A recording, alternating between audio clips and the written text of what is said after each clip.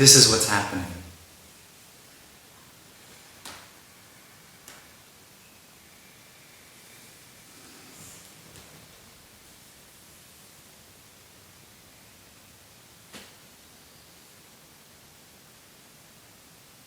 What's happening points to what appears and what doesn't appear.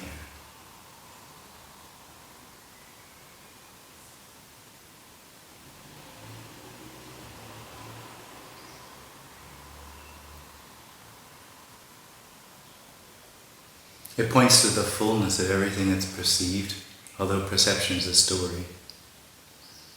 Everything that is.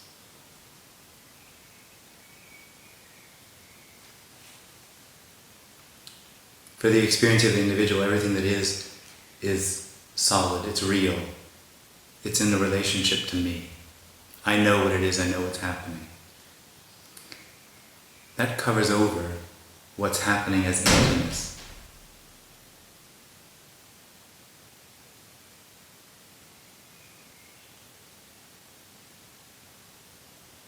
Emptiness isn't a feeling, isn't an experience.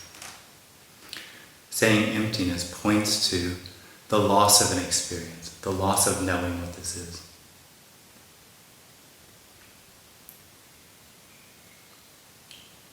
What's happening has no need to be understood or known, has no need to be registered, has no need to be perceived.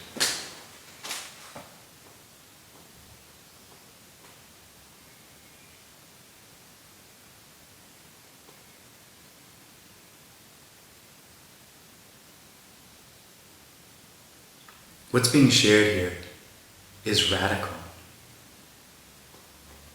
and it's uncompromising. What's being pointed to is that the appearance is completely empty.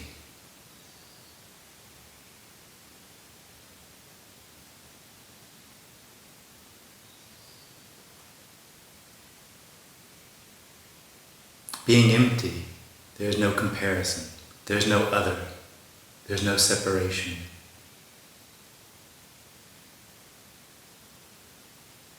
There being no other, no separation, no comparison, what is obviously perfect, unconditional.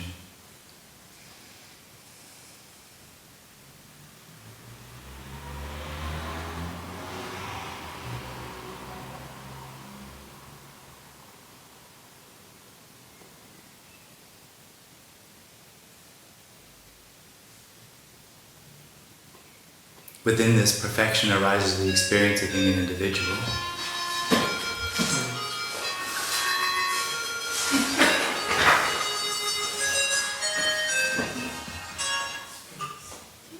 Who is it? You want coffee? Yeah.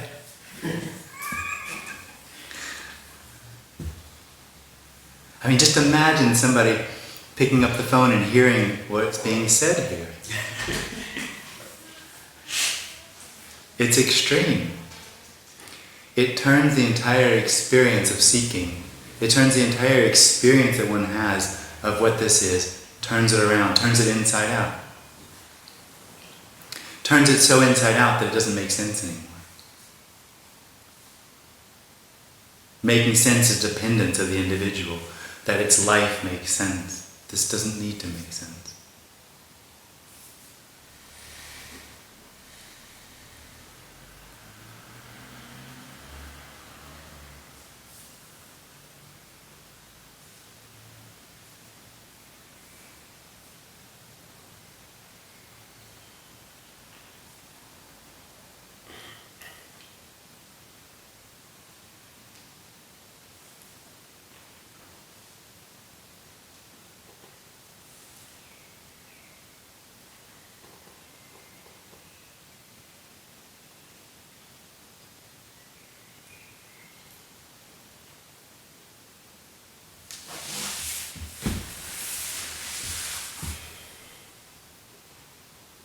I say points to, because every word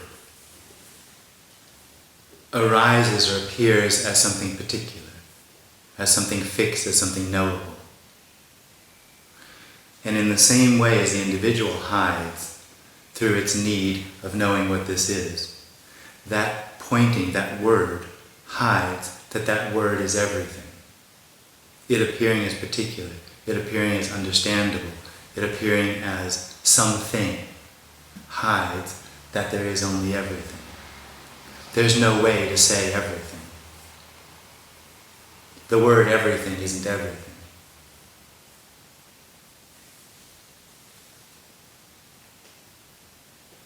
And it is, of course, because everything arises is all there is. So everything as the word is everything, but not as a thing, as the incomprehensible absolute everything, everything. And everything like this doesn't have to be everything like this. This is everything, or that's everything. There's just simply everything. What's happening is everything, without the need of context or understanding or knowing.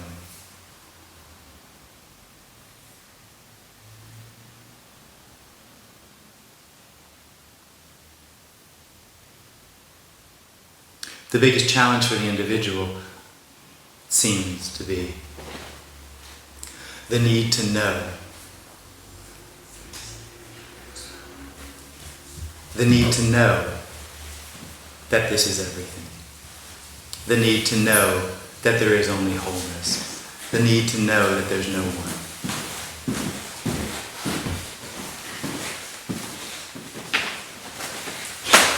That need will just never ever be satisfied.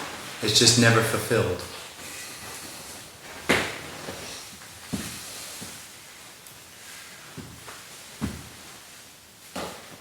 So what's being pointed to here isn't the fulfillment of that need, isn't the fulfillment of the experience or the expectation that there'll be some end to seeking that someone knows about. It's just the end of the need to know, which no one knows about. And that doesn't answer any questions. There's not someone in the end that knows what this is. There's not someone in the end that knows what death is. There's not someone in the end that knows what wholeness is, or perfection, or purity. There's just no need to know.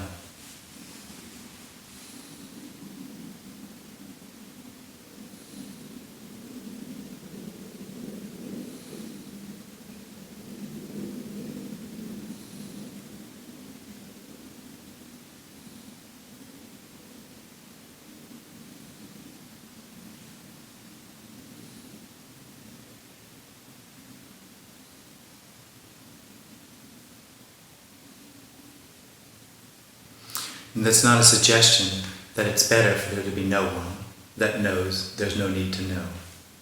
Because even the experience of someone who thinks they know what's happening is unknowing appearing as that.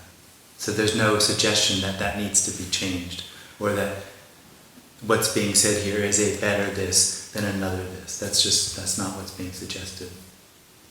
It's just a description of what this appears or what this is when there's no need to know in it, when there's no one left that wants it to appear in a certain way.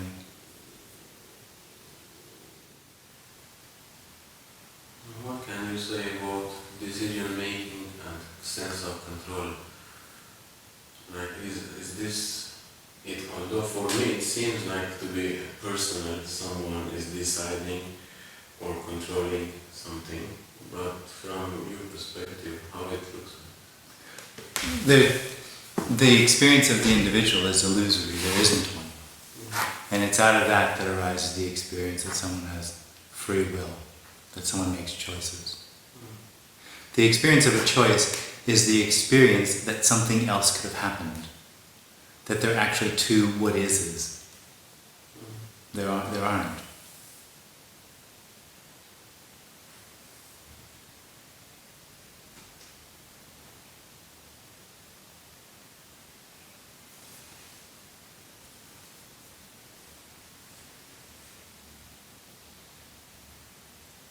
If we assume there's a brain, that takes all available information and makes a choice.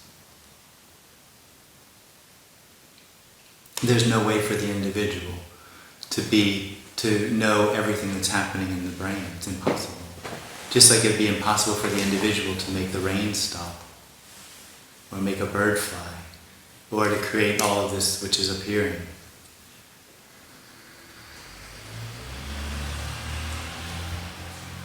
Kannst du zumachen? Danke.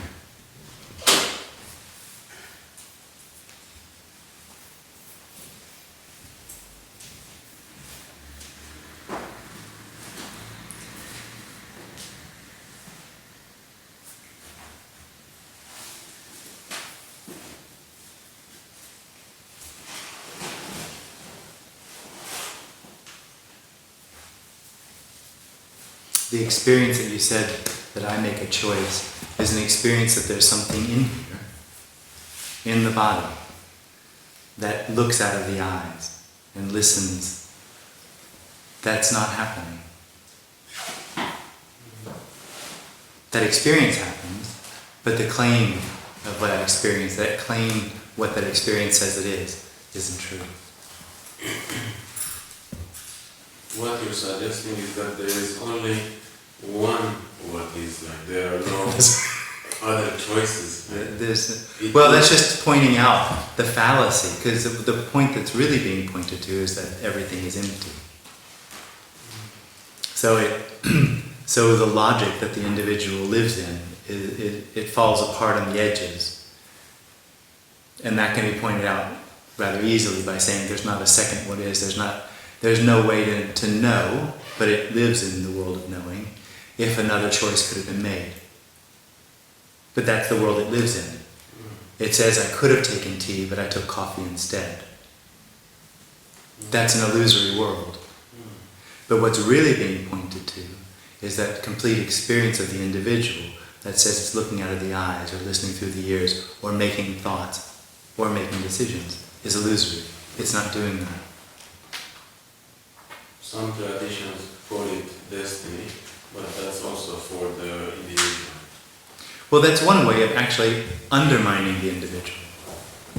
Because if it's destiny, who's choosing? Yeah, but still the individual remains. Right, exactly. Yeah. Not really. Because if the destiny, the individual is the experience of having free will. Because its whole motivation is to make this be what it needs. That's what it's trying to do, find what it feels like it needs to find. Avoid death.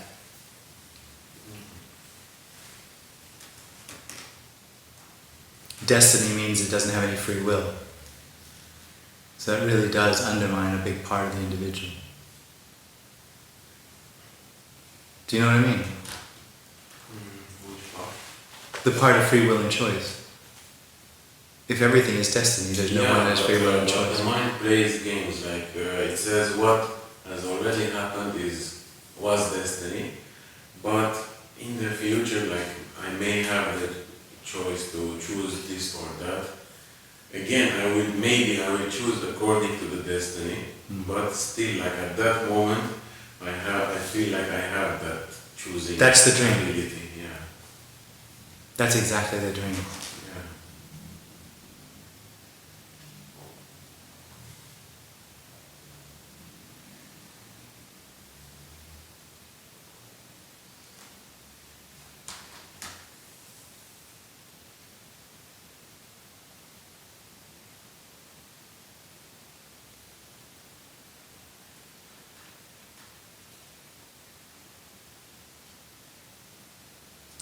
The experience that I have to make a choice is an outcropping, an addendum to the experience that I'm real, that I'm here. Because that solidity is what makes everything else seem to need something. That solidity puts everything in an unreal appearance of being a time-based, real appearance with consequences. That it matters, that it needs meaning and choice. That basic initial experience of solidity is false. When that individual experience of this is solid, I'm solid falls away, it's recognized that it's revealed that nothing's solid. Nothing's really stable. Nothing needs anything. This is completely chaotic.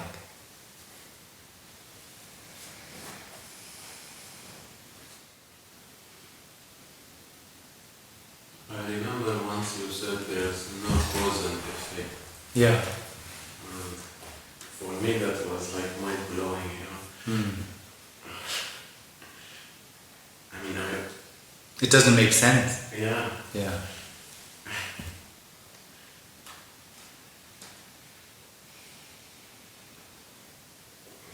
Can you talk about it a little bit more? Yeah.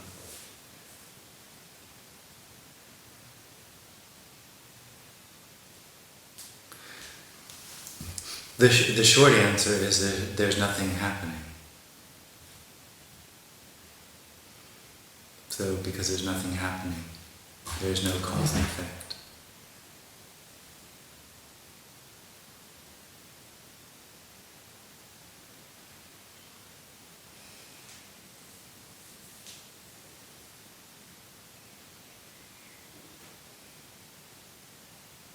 Like what is happening is like happening on the screen.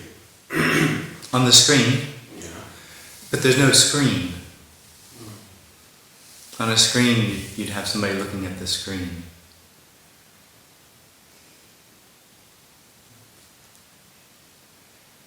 When you say nothing is happening,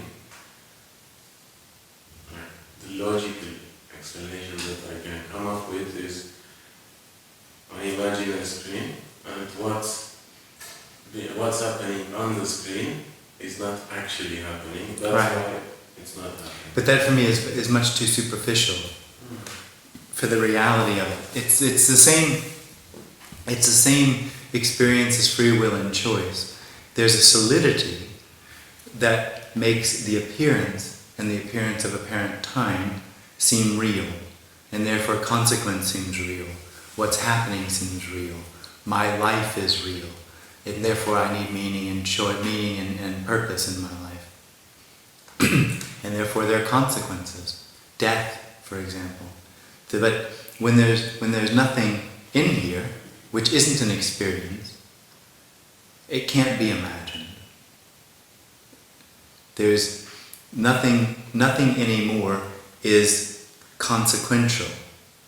It appears to be, but there's nothing in here anymore that's dependent. There's nothing in here anymore that's holding on to what's happening as a solidity, making it appear as though it has a real continuum in real time.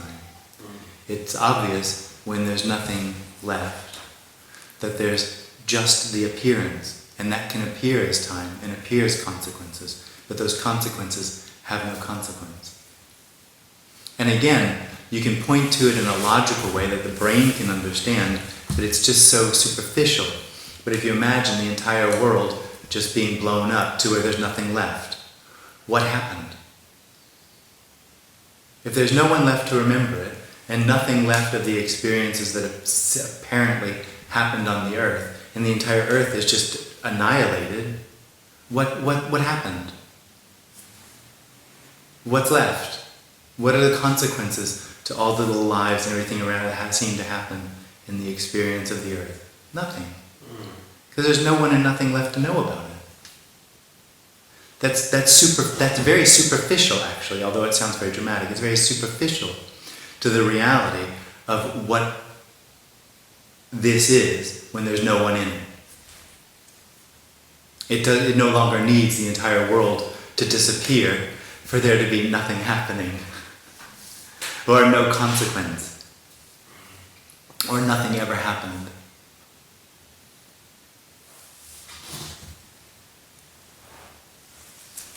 But how do you know about all this? No one knows about this. As I said at the beginning, it's the end of that need to know. So when the individual hears this message, it wants to know there's no one. It wants to know that this is unknowable. It wants to know how one knows this. And it's the end of that need. That need is never satisfied. It never gets it. What's being shared here is there's no need for that need. This doesn't need to know. This doesn't need to be known.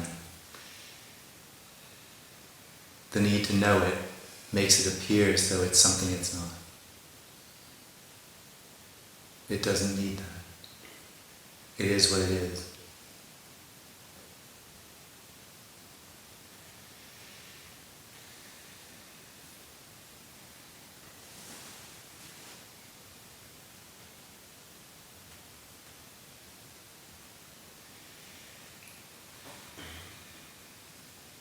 Even when you say it is what it is, the I still thinks like I have to accept it in the way it is. The I will always think it has something to do with it. Yeah. And this isn't against you, but that's just simply arrogance.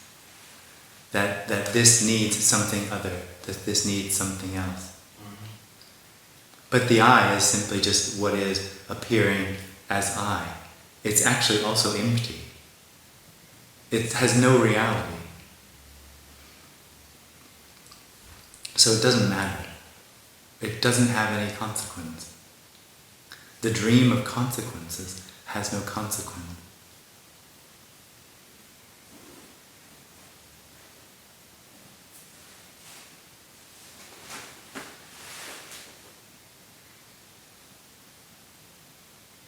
In the story of the world, you could say that the dream of the individual has consequences. But it just doesn't matter.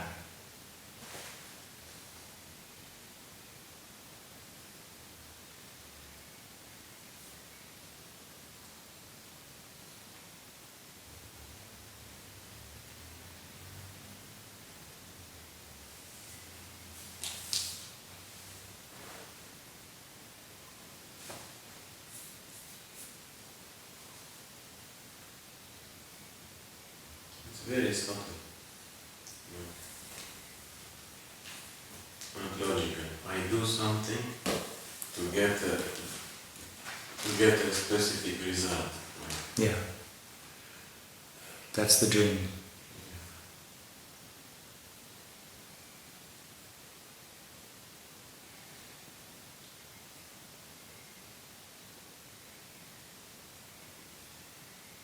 That experience of I is a dream.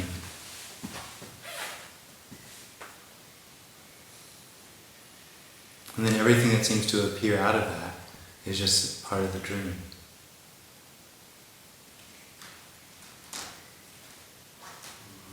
Without the I. There isn't one. It's all a dream. There already isn't one, that's what I'm saying. There isn't one. It's a dream. It's illusion. A fatamorgana. A mirage.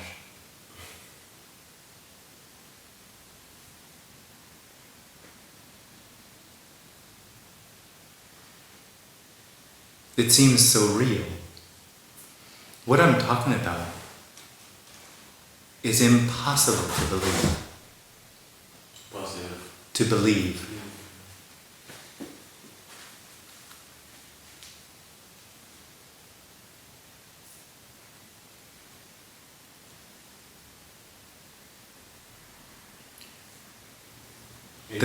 What's that? I even believe it doesn't happen anymore, it doesn't help anymore. Well, for the individual, the problem is that the solidity of I am is surrounded by a belief system. That's just an integral experience of the individual. So everything that's said, everything that seems to happen, is integrated into the story, made sense of by that belief system. And the individual has no idea what its belief system is until it falls away. Because it's filtering everything that seems to be happening through that belief system. And that whole construct, including the individual, is an effect. It has no power at all. It's a reaction. And it's the effect of what? Tension in the body. Tension in the body that it has the assumption that it's here, that it's positional, that there's something can be known. Here is the first thing that seems to be known.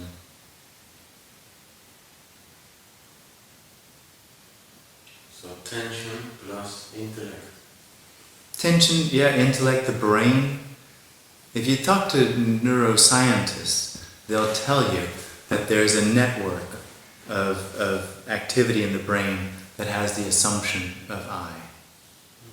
And that obviously rests on, all I can describe is how it was revealed when it fell away. That there was an attention, which then there was an experience of knowing here. And what the suggestion is when that here, that tension falls away, that experience of knowing falls away as well.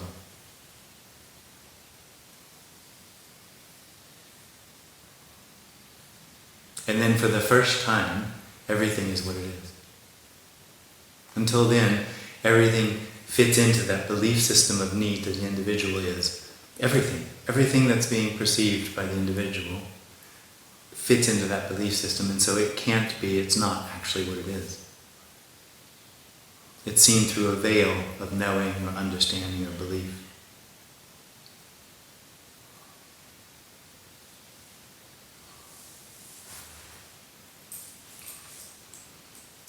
You could call it what it means to me. It's seen through a veil of what it means to me. Mm-hmm.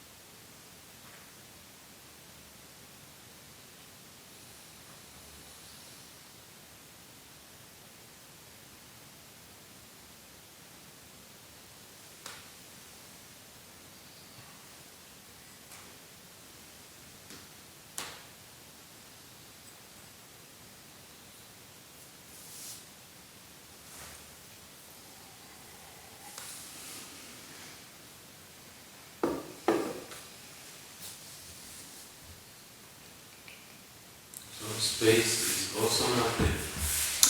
Nothing is real. Nothing can be known. Nothing can be held on to. That's the dream of the individual, that it can actually hold on to something. That's why death is such a terrible problem. Because it doesn't know how to hold on to everything it's holding on to in death. Because it's obviously unknowable. That's the dream, that death is unknowable. Because this is already death, this is already unknowable, there's already nothing that can be held on to. It's just a dream of the individual that it can hold on to something, that it knows what this is and knows what's happening. And that just totally isolates itself from the logic that no one knows what's going to happen next second. No one. What's more difficult to see, or impossible for this individual to see, is that no one knows what this is. That its experience, that it understands and knows what's happening, is a dream. Based on emptiness. But the experience is that it's solid. So that it really knows. And that comes from the experience that it really knows that it is. I am. If you follow I am, you could say that that's the only completely independent experience that an individual can have. I am, I know I am. It feels so real.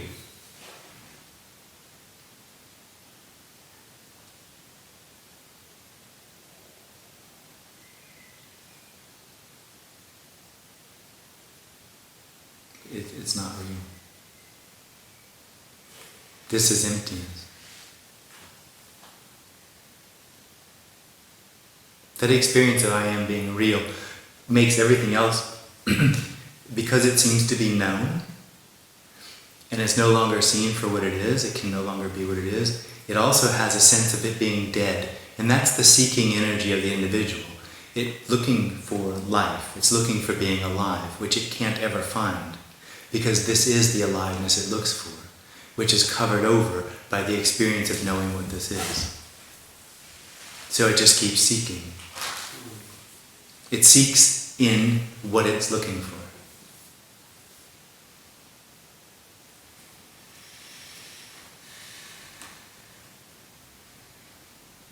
And it'll never find this, because to find it would mean that it could be known.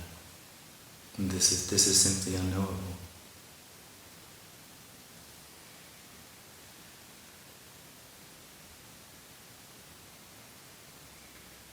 And consequently, the experience of the individual knows anything is just a dream.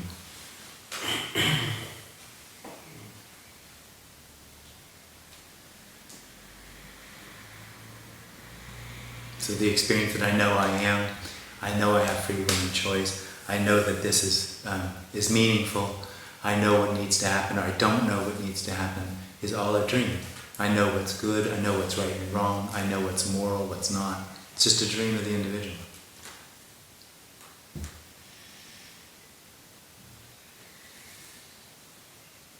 Which has no consequence.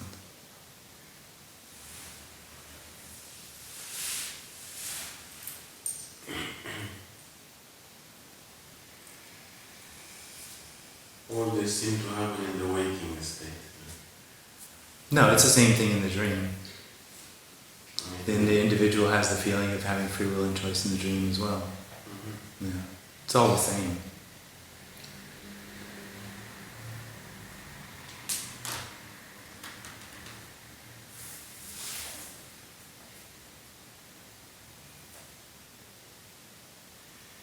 So the I still exists in the dream as well. Apparently.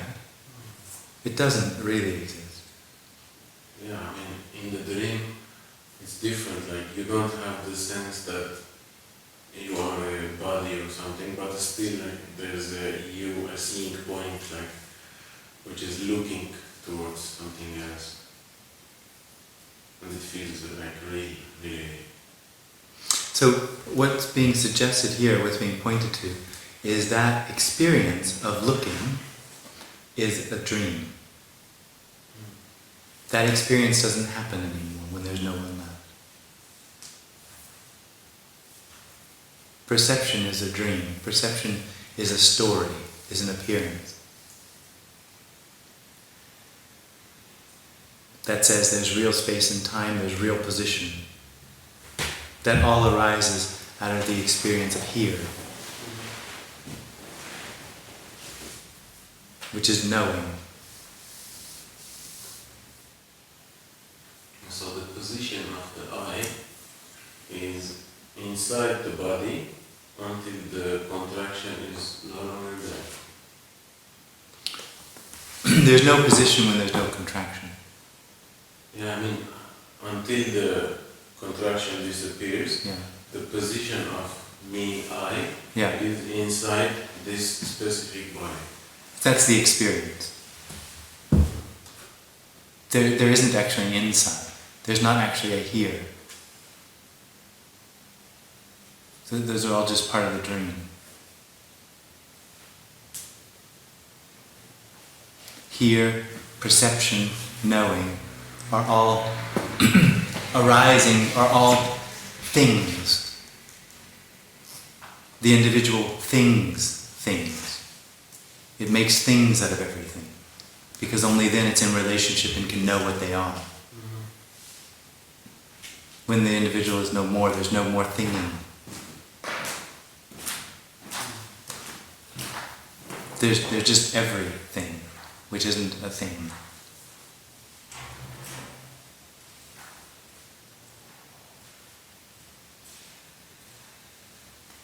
Just to be clear though, this is already everything. That's there. So the individual has never. The dream of the individual of being a thing is just a dream. There's no real position.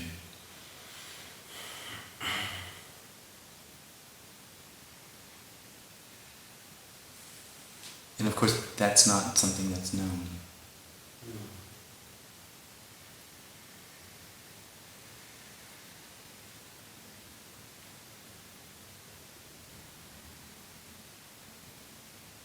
For whatever reason, the experience of being a center is arising. What did you say? For whatever reason. For no reason. I don't know, for no reason. No, for no What reason. is the reason? I don't know. There is no reason. No reason. But There's no reason for anything. Mm. That's right, for no reason, there's a tension which assumes here, which is the experience of I am, which is surrounded by belief systems that make sense of everything, putting this into an apparent story that has meaning and purpose, which I need to navigate to find what I feel is lost, which is the aliveness of everything, which is this, which is all there is.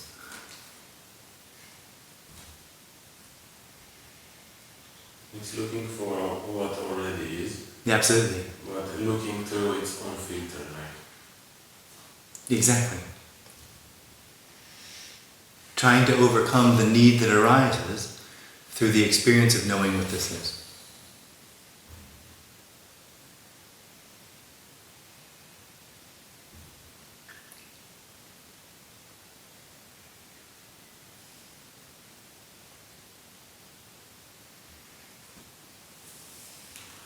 This doesn't need to be known. This doesn't need to be understood. This doesn't need, but this feels like it needs to. Yeah. It's completely trapped. It's completely trapped. And lost. It's lost in that belief system. It has no idea that nothing's happening. It's lost in the belief system. Not only is something happening, but it matters, because it all matters to me. Because it has hope of finding what it's looking for. And like playing the lottery, it seems to get it sometimes. It seems to be sometimes successful. And it thinks, if I could just do that more, if I could just hold on to it. What that covers, though, is the fact that even when it gets what it wants, it then is afraid of losing what it has. It never actually can find peace.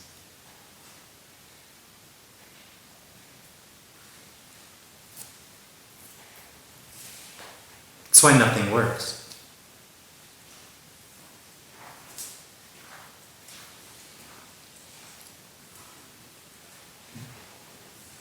All activities that it takes on are just too superficial to solve the real problem of the experience of being real.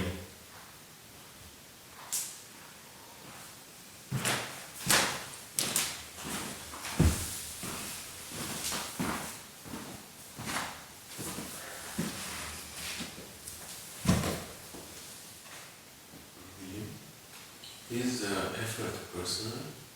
Yeah. Effort. Well, when you're talking about personal effort, I mean, if you're chopping wood, then you need to exert effort. But the effort of trying to find something or trying to make the right decision, trying to be a good person, that's absolutely personal. That also vanishes. Totally. There's just no need for that anymore. That anxious caring that the individual has about what's happening and what should and shouldn't happen disappears. It's a dream. The whole, everything that's dependent upon holding on to what is, disappears. Everything else is then just simply what it is, which it is already. Covered over by the experience that there's somebody that could actually hold on to something.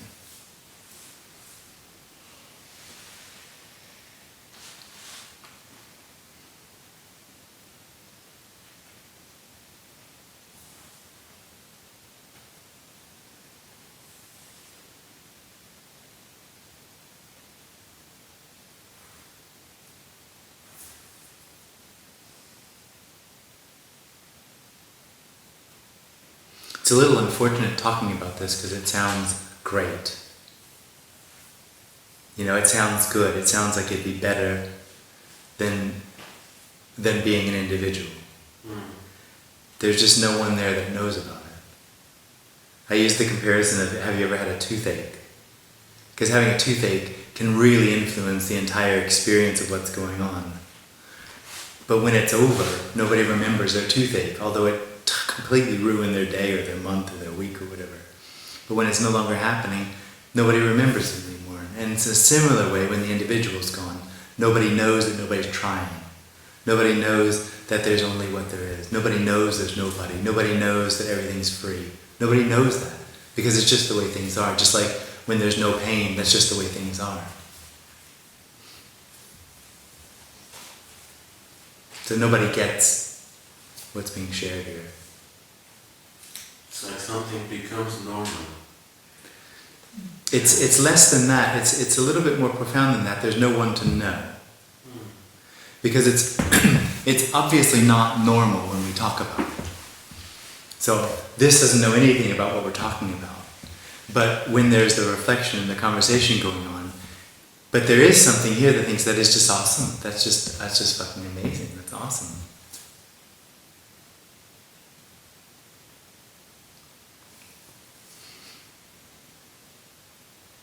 But this doesn't wake up in the morning and go, oh wow, it's nothing again, it's fucking awesome.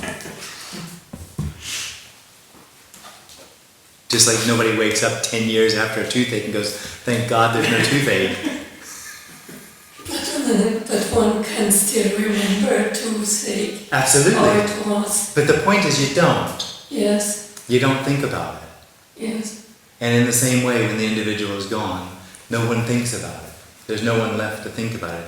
The loss of the individual is more profound than the experience of not having pain. But they're similar in that although it had a large impact, when it's no longer there, nobody remembers it. Do you understand what I mean by that? No. So have you ever had a toothache? What? Have you ever had a toothache? Yes. Did you wake up this morning and go, thank God I don't have a toothache? Sometimes I do. No, this morning. Did you this morning? Did you think that this morning? Because I'm afraid of going to the dentist. Yeah, did you think that this morning? No, I don't think so. No, exactly. That's what I mean. That you don't actually carry along with you the freedom of not having that pain. Yeah. And although I'm just pointing out how that happens in the story, what I'm describing is more profound than that, but in some ways it's similar. When there's no one left, there's no one that carries with it that there's no one left. The profundity is there's no one that knows there's no one. There can be someone there that knows there's no pain. There's no one here that knows there's no one. It never becomes knowing. So when we talk about this being everything, or this being the absolute, or this being absolute freedom, that isn't something that's known here. That's just something that's revealed or becomes obvious as there's the conversation or the interaction about it. There's nothing here that knows that. It never becomes known. It's unknowable. What this is, what appears, is unknowable.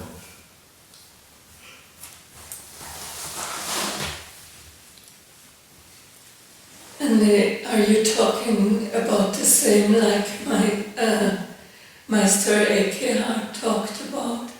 I don't know much about Meister Eckhart. I don't know what he said. Did he say that? I don't know. Oh, right. What did he say? Oh, you don't know what he said. Meister Eckhart. What did he say? Do you know? Do you remember anything No, he but said? I think he's similar things. Right. What I find, there are actually a lot of people right now, and probably in the past, that are saying similar things. Mm-hmm. For me, what seems to be different is the radicality, how radical what's being shared here is. That there's no hope of ever finding what is. And that the experience that what is needs to be known, or that there's an I that needs to become something, is illusory. That's normally not being shared. Most times I hear this being shared, there is someone in there that needs to do something about it. And even if there's an acknowledgement, there's no one to do anything about it, there's still suggestions that there's ways to make your life better. And from here, that just seems very misleading. Therapy's fine. I'm not saying anything against therapy. But therapy will never lead to what's being described or what's being shared here. It's limited. It's limited to helping the individual. And this is really, although it's absurd in some ways, the suggestion is there's no individual. There's literally no individual. This appearance is empty. And that emptiness, which is the fullness, is covered over by the experience of I am in here, which thinks it knows what this is.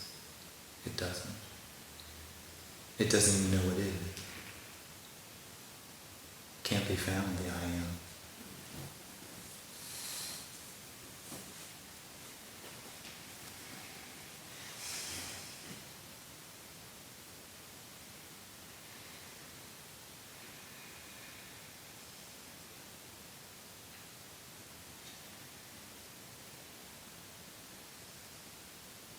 I'm not suggesting looking for I am and realizing you can't find it. That's called something else. I can't remember what it's called. Self-inquiry. That's not what that's not what's being suggested, because then you have someone that knows there's no one.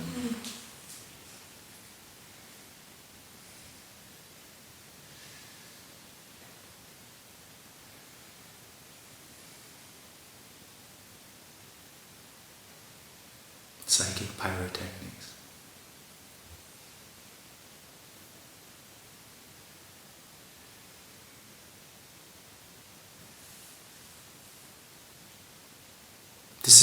I'm just talking about something very, very simple. I'm talking about just everything as it is. The individual sees everything as it is in relation to itself, so it seems to be something known, so it seems to be solid. But everything as it is without the individual is obviously just emptiness. This is empty. Singular.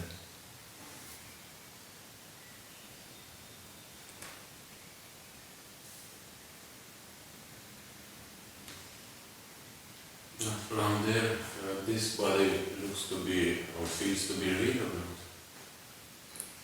not? You're asking for a comparison that can no longer happen.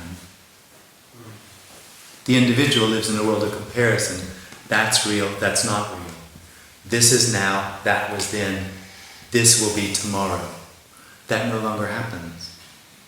From which position should that happen if there's no position? Who would know? That's the point. I mean, there's no position left, but the body is alive. There's no position.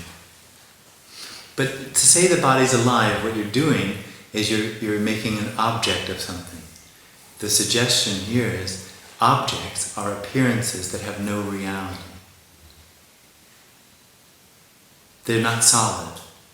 So this appearing to be alive is meaningless. Equally as meaningless as when this appears to be dead. It doesn't matter to anybody.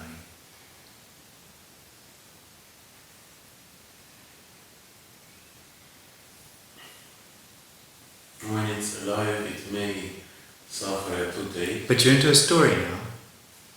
You're into it mattering if there's suffering or not. Yeah. This is pointing to that's an illusion.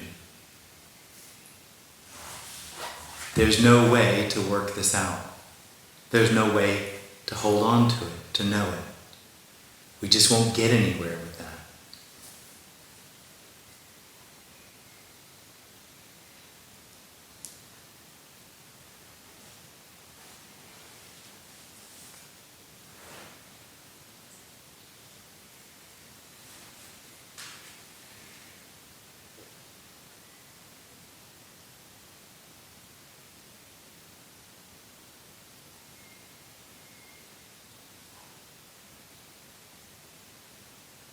And I'm not suggesting that, let's say, if this leg got cut off, that there wouldn't need, there'd be a sitting there going, oh look, I'm bleeding to death, or the body's bleeding to death and nobody cares.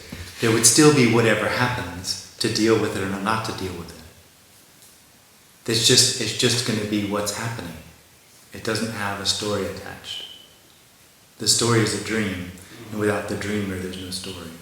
And maybe it's not also scary, maybe?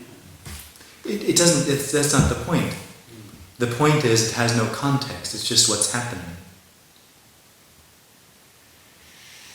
This already has no context. This isn't the result of something else. This isn't actually a result. The individual has the experience that this is the result of choices that have been made and actions that it took to bring this about. That's bullshit. That's a story.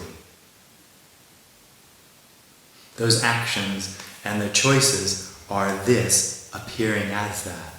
It's not the other way around. Say it again. The actions and the choices that the individual says this is a consequence of are this appearing as that. It's not the way that an individual experiences it. That experience results from the holding on and the real making of time.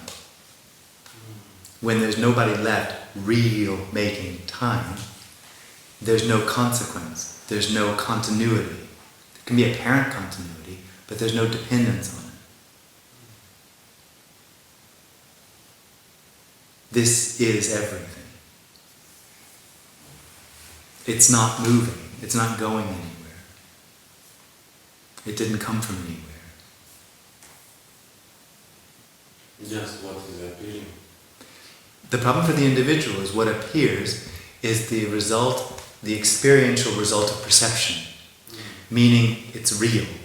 It fits within that belief system. It all fits within that story. That's not what this is. This doesn't have a story.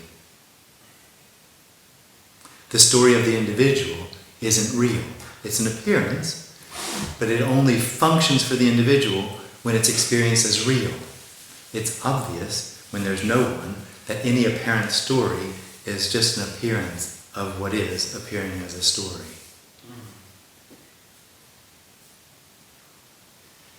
When you say everything is not a thing. Well, that's, for the individual, everything is a thing. It's solid and real. It covers over the vibrant aliveness of it, which is revealed when it's revealed that this is empty. That solidity, knowing, is dead. It's dead. Yeah. It's no longer the vibrant aliveness that it is. It's solid and real, part of a consequence. It's just another stepping stone in the effort of the individual to find what it feels is missing. And that utilitarian experience of what this is covers over the mystery of this, the unknowableness of this, with the experience of knowing. It's not knowable. The experience is there, but it's not true. It's not knowable. And so when you talk about perception, the individual will see this in a utilitarian stepping stone. But that's not what this is. This is really emptiness, just appearing as this. It's a singularity.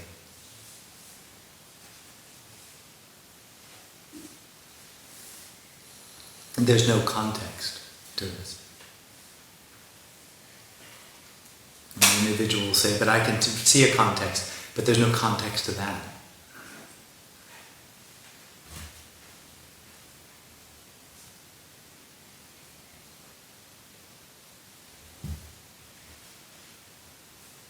That's why there's no words to describe it. Like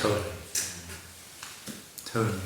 Because every word, everything that's said, everything that appears is all there is. But if there's a word saying that, it seems like that's a thing. If that's understood as everything, then it's covered over as the aliveness that it is. Everything is that aliveness. There's nothing that's not that.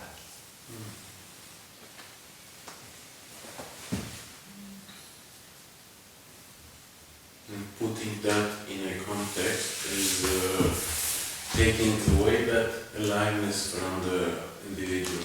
Well, it's nobody actually does that in a sense that there's somebody making a choice to put into a context. Because then it would seem like there would be a choice to not have a context. Choosing no context is a context.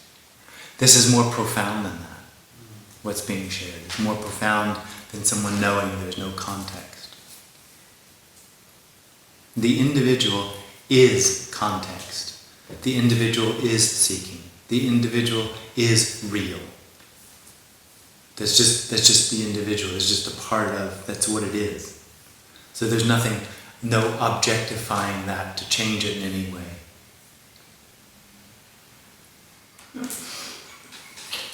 It's really quite simple. There's nothing to say. If somebody hadn't asked me, hadn't suggested that I talk about it, it would have never had occurred to me to talk about it.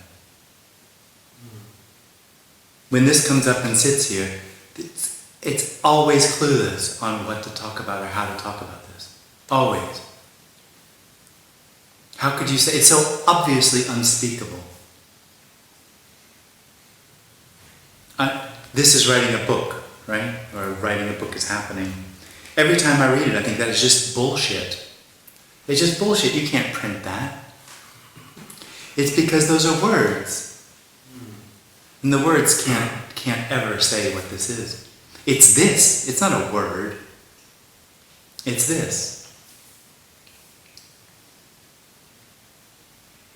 The individual is convinced that it's complex, difficult, and something to achieve.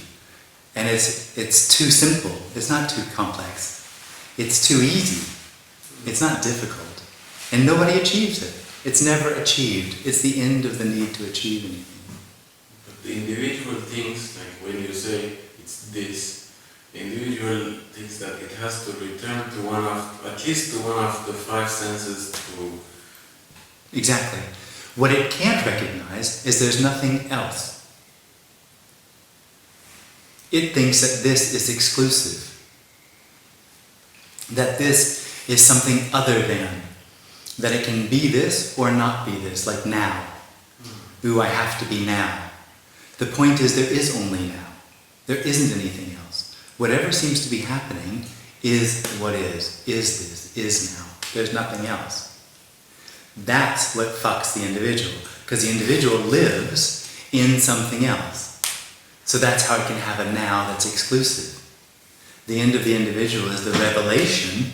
There's nothing else. There isn't anything other than now. There isn't anything other than what is. It's that simple. Nothing has to be brought about. Nothing has to be created. Nothing has to be revealed. Nothing has to be recognized. Nothing. Nothing has to die. The death of the individual isn't the death of the individual.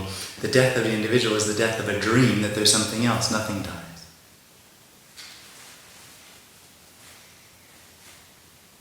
It's just what's happening.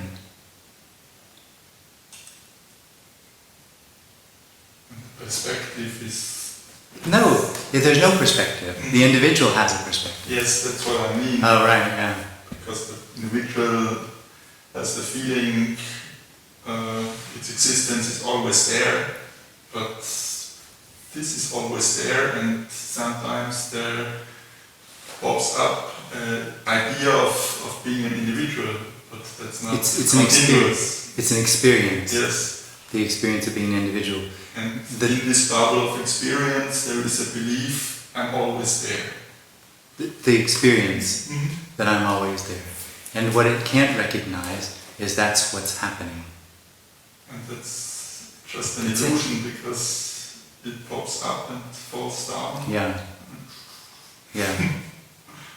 Yeah. Until it doesn't.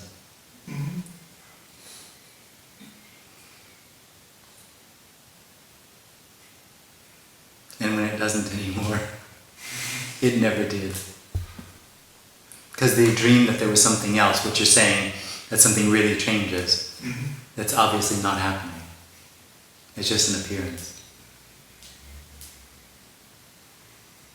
Has to do anything with the five senses? Of course. But the difficulty is if I say yes, what the individual hears is that it's perception. Perception is a story. There's not actually anyone seeing, or anyone feeling, or anyone hearing. The seeing, hearing, and feeling don't actually have a position. The position of that apparent happening is a story. When that apparent happening of seeing, hearing, and feeling has a position, then it's really happening. Then it's covering over that it's empty, that it's singular.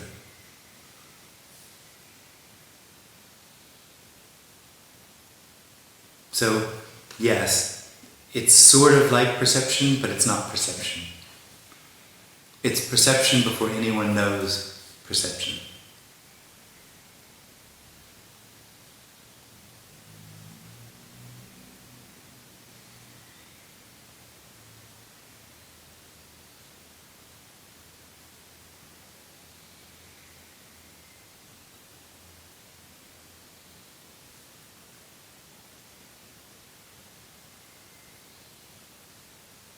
The singularity of it, is it coming from not? No, of course not. Rising?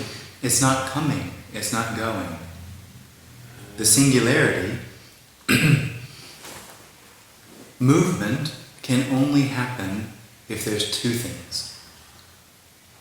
Because movement is always in relationship to something. What's being described is not in relationship, because it's everything.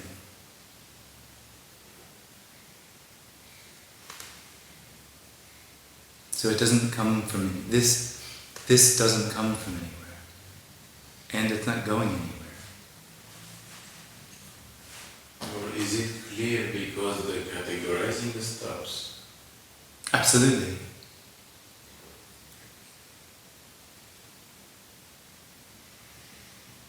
The contextualizing, the relationship, the comparison. It's this without knowing or understanding what this is.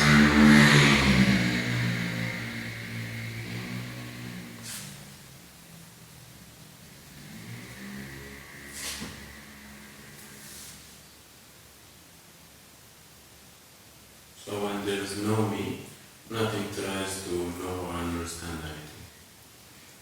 Well, I mean, if you're talking about learning to use a program on a computer, then that can happen. But there's no need involved to be a part of its story that's trying to get somewhere. Then there's just what's happening, which might be learning a computer, which might be more or less difficult. But it's the need for that to mean something, the need for that to be a part of my story that's coming from somewhere and going somewhere. That doesn't happen anymore. But learning that program for some reason may still appear, right? Absolutely. This isn't... When this is described, it sounds a little fantastic, a little special. And it's really quite simple and ordinary. So everything still apparently happens. There's just that need, that holding, that grasping is just no longer a part of it. Because what happens no longer matters. And that grasping that you talk about is like that purpose, or? Well, part of the meaning and purpose, yeah, absolutely. There's a whole construct that comes out of the individual, which seems important and complex, about being a good person, being moral, living a good life, making the right decisions, doing the right things. All of that is grasping. And that arises, those are just, out here, from the particular instant here of holding on and thinking, I know what this is. I know there's here, I know that I am. That, of course, is then I know what those are, I know what this is, I know where this came from. I know that this is a result of decisions I made this morning to get up and come here. That's all holding. That's all holding. And it all starts with knowing that I am here. Well, it's the other way around. It's here, which then assumes that I am. Doesn't matter, that's just the way it is. The first thing that's known, and it's sort of like a comfort blanket. It feels sort of warm and cushy when you know something. So I know here. It feels good to know something. It feels sort of powerful. That's how it arises. When it first arises, that's the experience of it. I know I'm here. Here. Just as an enormous tail that comes along with it. I am, belief systems and all the rest of it, which then are things that sort of grow out of that. And knowing seems to be very relaxing for people. Usually people want to stick with what they know or whatever. Well, it seems relaxing until you realize you can't. Until you realize that knowing is an endless fight. Because you're constantly having to know.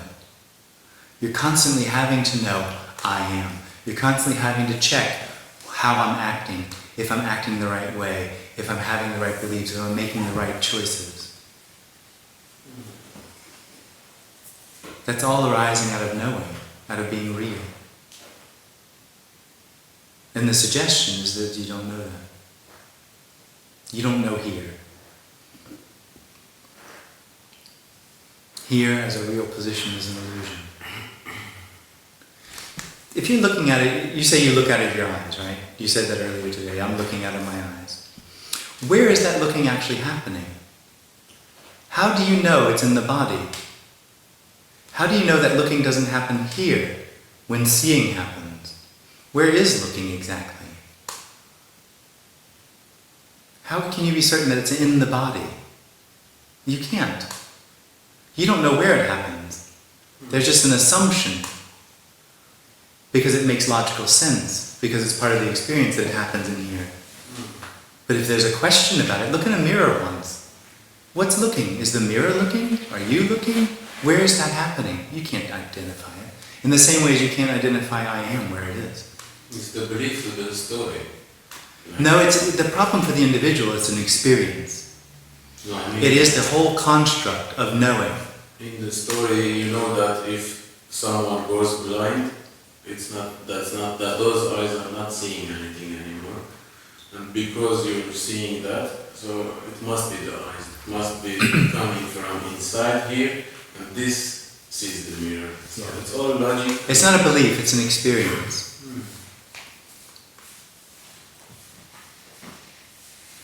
And that exercise that I just suggested doesn't help. It just undermines that certainty that the individual has. Just like imagining that the whole earth blows up, what's left, did anything happen?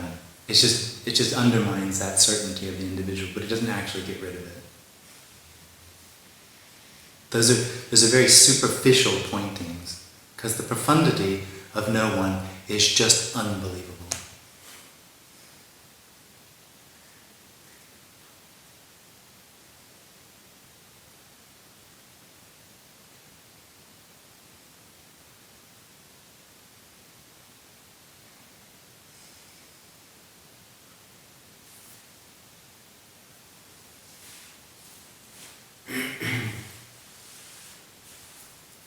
Many things are based on assuming.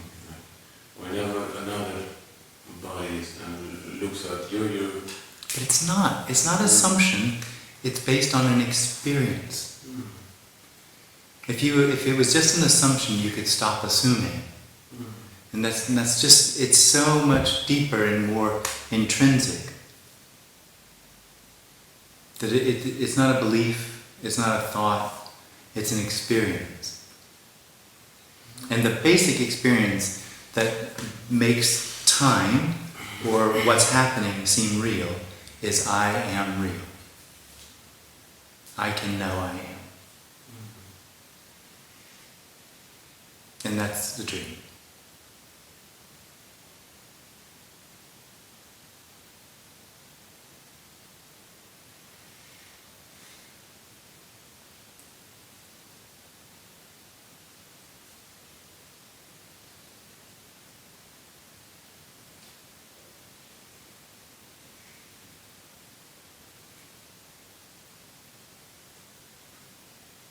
Is it bad to hold on something? No.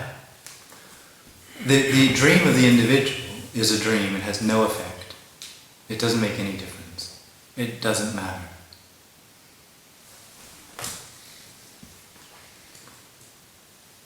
Holding on to something can create suffering, but that doesn't matter. Except to the suffering. Except for those who suffer? Except for the one that suffers. There is no one.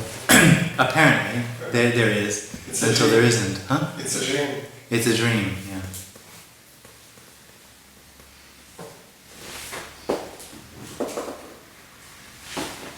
whenever there's holding on, there's effort. Holding, the end of knowing is an effort. Knowing itself. Knowing is an effort, absolutely. Huge. Knowing and understanding what's happening is an enormous effort. It ruins everything.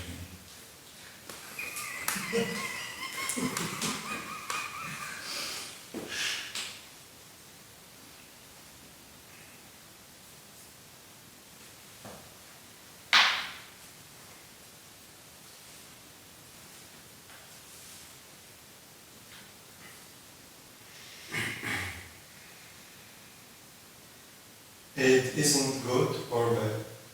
That's, nothing is good or bad.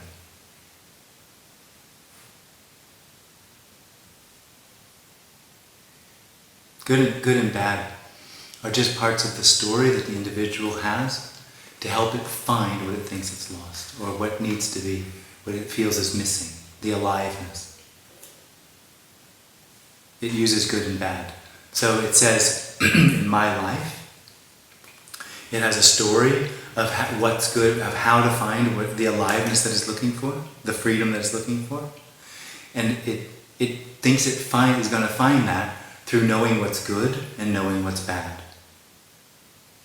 That's where personal judgment comes from. That's where that judgment of others comes from. Because others that do what I think is going to lead to my story ending in the right way, if they do that, that's good. If they do things that don't agree with my story of how I'm going to find what's missing, then I consider that bad. And when the story ends, stops happening, that personal judgment of oneself or of what's happening and of others stops. There's just no need for it anymore. There's no need for that.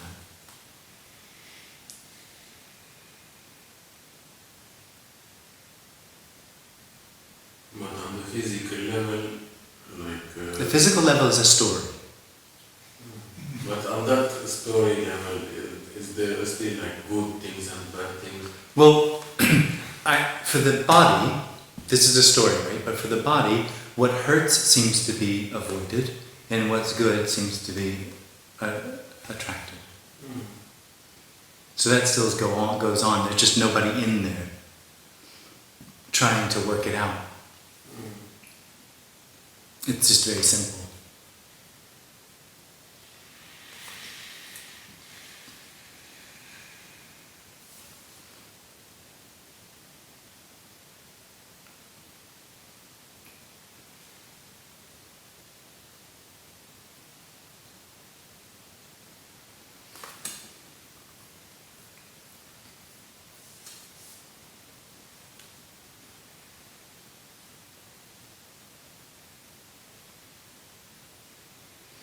When there's no one left, there's just what's happening.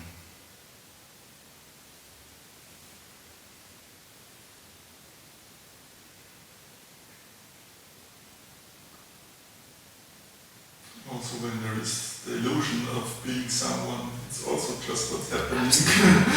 But it feels like this separation. That's right. But it's always just... What's happening? Absolutely.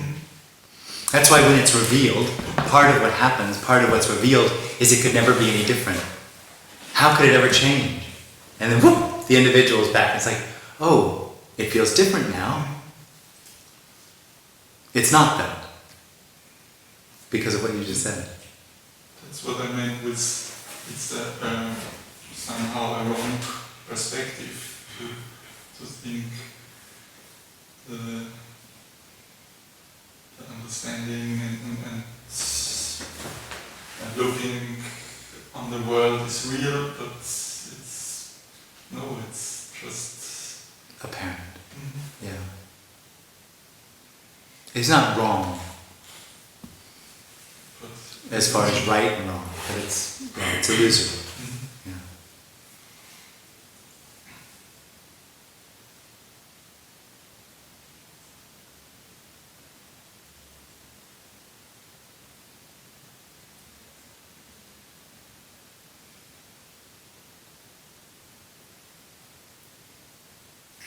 also with talking that everything is like it is, and then there is somehow like an interruption with a dialogue, and then it falls back into Totally. how it is. That's it, but the talking is also how it is. And also with human beings, they develop and think they understand life, and then the body collapses and life goes on somehow. Yeah. They're just what's happening. Yeah.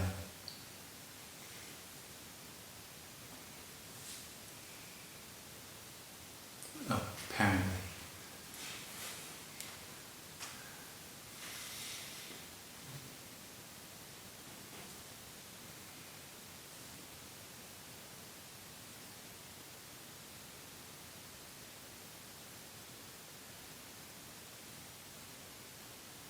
And the disappearance of the individual, is it also happening? No. Nobody knows that there's no one.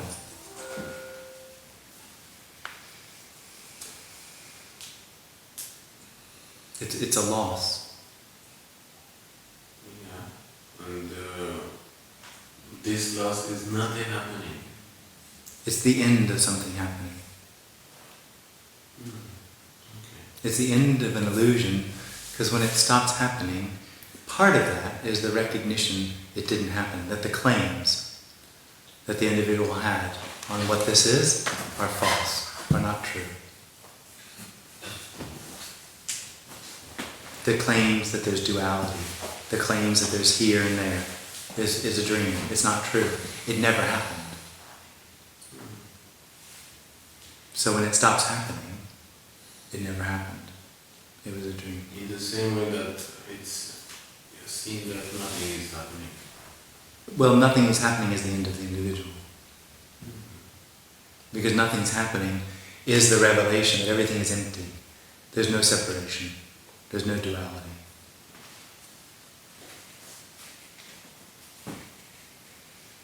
And there never was duality. The experience of duality is not proof of duality. It's a dream.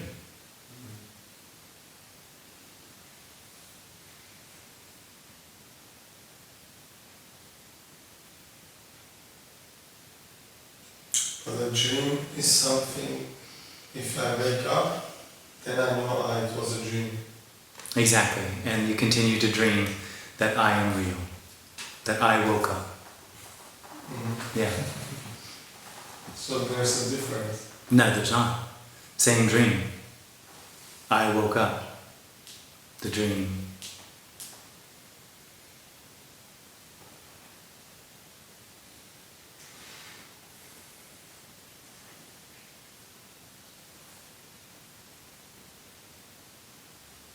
I am is a dream. But it's I'm sitting in a chair is a dream. But when it's a dream, then I should wake up from this dream somewhere. Well, this is a little bit different in the sense that when the dream ends, nobody wakes up.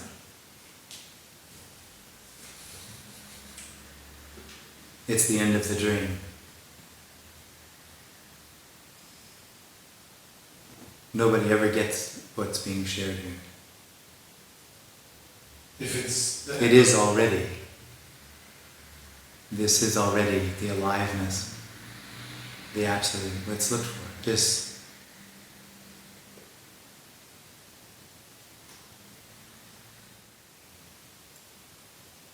You talk about the contraction when it comes the first time, Yeah. which creates then the sense of Yeah. I. No. I want to relate that to, was it an experience when it started? The first experience is here. Experience is a subject and object relationship. That's where experience is. Yes. So unless there's a subject, there's no object. But when that contraction came the first time in the child's body, so there was still no experience. No. It's only when there's an I, there's an assumption, an owning, a knowing of what that contraction is, which it isn't, but the apparent knowing of what that contraction is, the experiential knowing that that contraction means I am. That's when the subject arises. And of course, if there's a subject, there's an object. So the contraction is the I am. It grows out of the I. It grows out of the contraction, the I am, the individual, that experience, that subjective experience. That suggestive experience that there's something in here looking out. The ghost in the machine with the buttons and the levers, making it all work.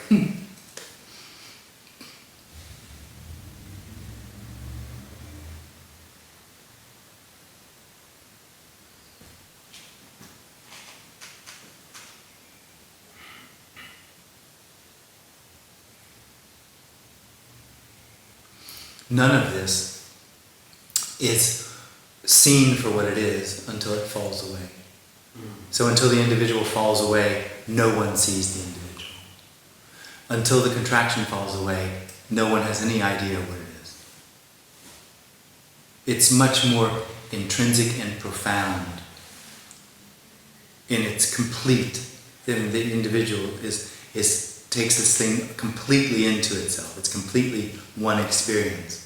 So there's nothing that can abstract it or detach or objectify that experience and know what the I is, or know what the contraction is. It's only when it falls away is it recognized. Again, it's just the individual is completely lost. All of its Anhaltspunkte, what is that in English? All of its Eckpfeiler, all the things that it thinks it knows, it doesn't know, it just doesn't know them. It thinks it knows the contraction, it thinks it knows I am, it thinks it knows it's a subject, it thinks it knows it's here, it thinks it knows what this is, it thinks it knows what's life about. It knows none of those things, none of it. Because the subjective experience is an illusion. There's no subjective experience. It's a dream.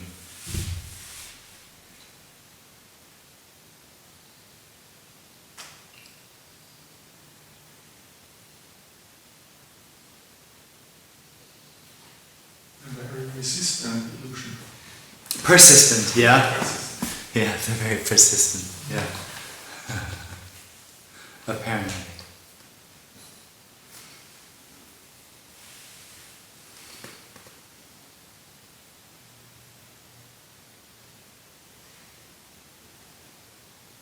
I mean, there's nothing that needs to happen for it to fall away.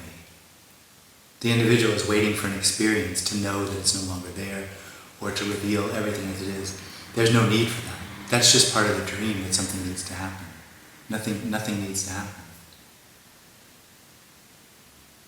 There's no reason why it just couldn't just stop happening now. Or in 5 minutes. There's just no reason. And there's no psychic pyrotechnics when that happens. It's just the simplicity of everything already being what it is. Which is obviously all there is. It's never any different. Simple.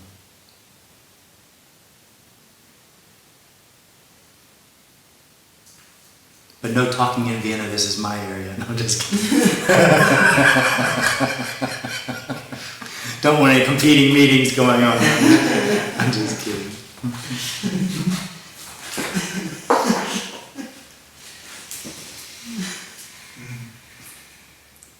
How will we split up 5 people? I get 3. Oh wait, there's only 4 when you start talking. That's 2 and 2. Oh God.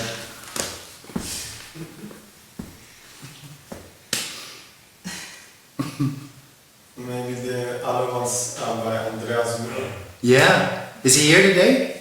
I don't know. Oh. Next week.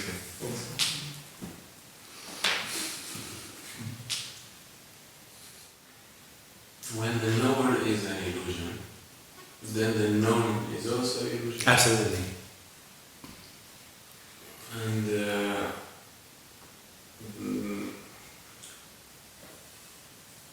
the intellect doesn't know anything. Absolutely. Without the person, the intellect also doesn't know. I don't know what you mean by intellect, but nothing is known. The intellect is The individual is the dream that something can be known. When there's no individual, that dream of knowing ends and nothing is known.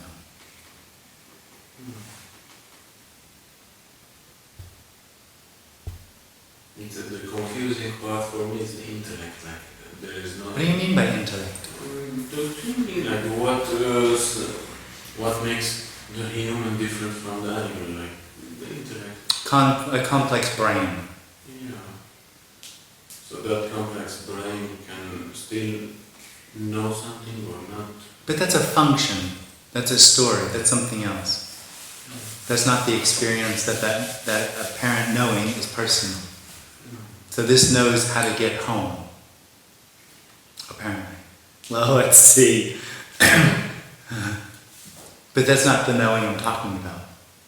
That's just what's happening. That's just a function. That's not personal.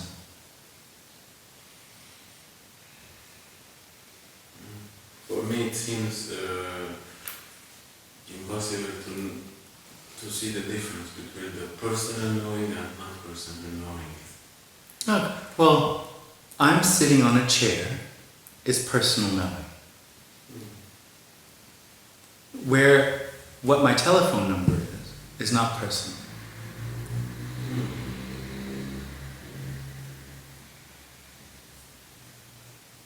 So that's referring to I. Absolutely. The subjective experience is personal. But the apartment that you pay rent for is not personal. That's just where that body lives, apparently. And how to make eggs, it's just in there. How to drive a car, it's just in there. How to speak English, it's just in there. It's not personal. Most of what apparently happens isn't personal.